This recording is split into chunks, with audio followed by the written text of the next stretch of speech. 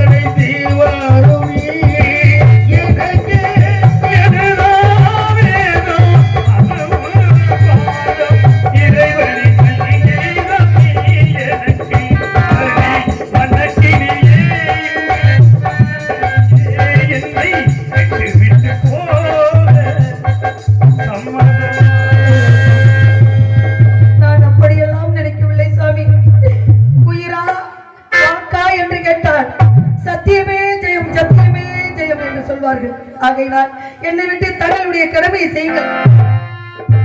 மனைவி என்றவுடன் தந்த வாசத்துக்குள் மாறிவிட்டு எஜமான் கட்டளையை ஒரு பொழுதும் மாறக்கூடாது. வெட்டுகிறேன்.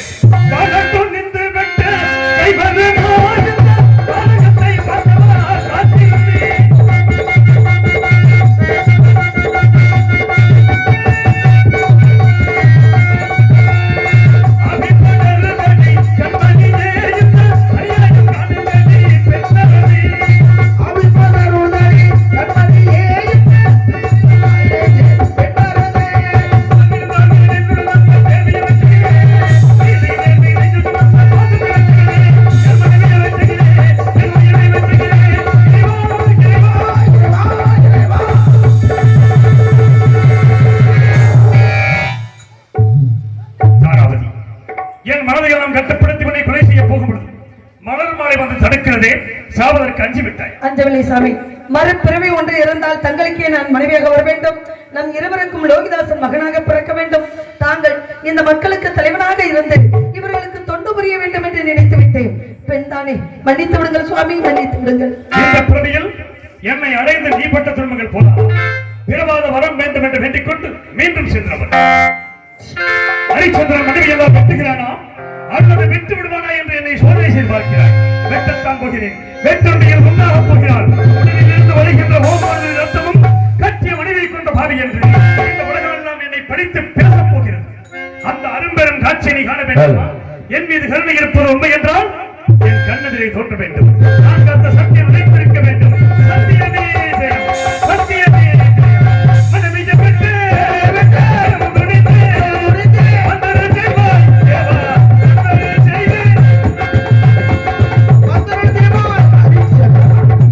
ஹரிச்சந்திரா, உன்னுடைய சத்தியமும் நேர்மையும் வெளிப்பட வேண்டும் என்கின்ற காரணத்தினாலே தேவர்களும் மூவர்களும் சேர்ந்து நடத்திய நாடகமே இது. இழந்த நாட்டையும் உன் மகனையும் பெற்று அயோத்தியை சிறப்பாக ஆட்சி புரிவாயாக. அப்படியாகட்டும் சுவாமி. அடைகின்ற நடி தெல்லையிலே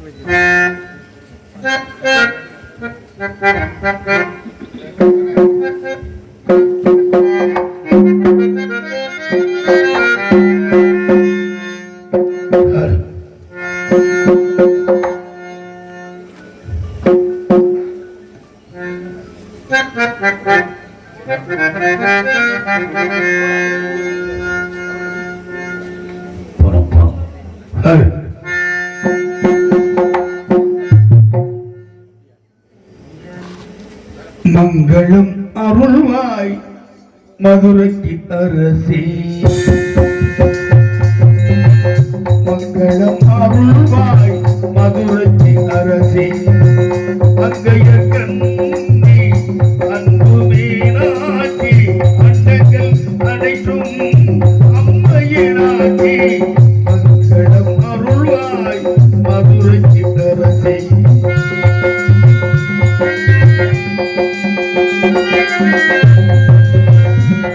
Thank you.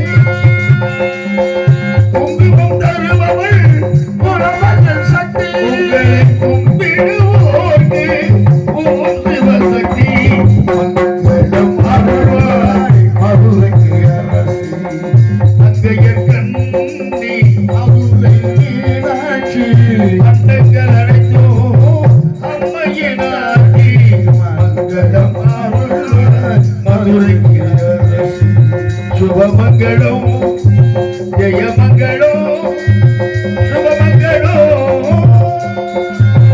நாடு செழிக்க வேணும் நல்ல மழை பெய்ய வேணும் ஊரும் செழிக்க வேணும் உற்ற மழை பெய்ய வேணும்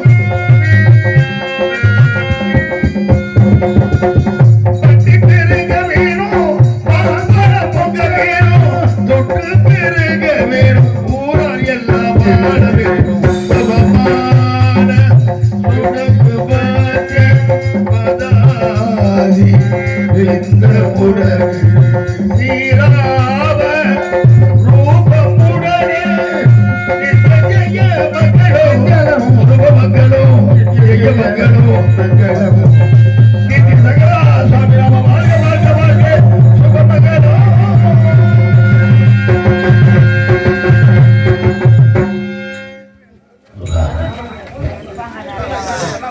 இதுவரையில் எங்களது நாடகத்தை கண்டுகளித்த கிராம பொதுமக்களுக்கும் மற்றும் சுற்று வட்டார கிராம பொதுமக்களுக்கும் சிறந்த முறையில் ஒளி அமைத்து கொடுத்த சரவணா ஆடியோஸ் உரிமையாளர் மற்றும் அதன் ஆபரேட்டர்களுக்கும் எங்களது கலை குடும்பத்தின் சார்பாகவும் இந்த நாடகத்தின் அமைப்பாளர் மதிப்பிற்கும் மரியாதைக்குரிய எனது அன்பு மைத்துனர் எங்களது மன்னார்குடி இயல்சி நாடக நடிகர் சங்கத்தின் பொருளாளருமான உங்கள் டி பிரமையன் அவர்களின் சார்பாகவும் நன்றி இந்த வணக்கத்தினை உறுத்தாக்கி கொண்டு உங்களிடமிருந்து பிரியாத விடைபெறுகின்றோம். நன்றி. பள்ளி வீசுங்க.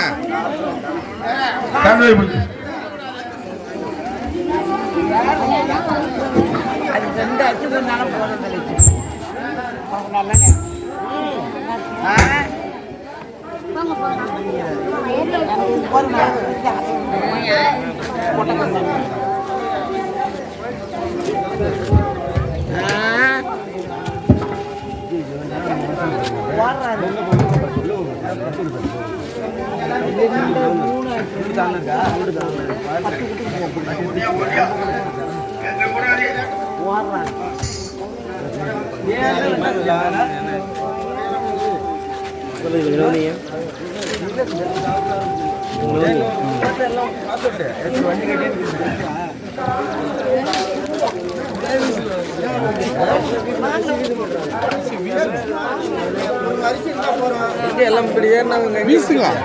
கையில கொடுக்குறீங்க. அக்கா அள்ளி வீசி விடுங்க. அப்படியே அள்ளி வீசுங்க.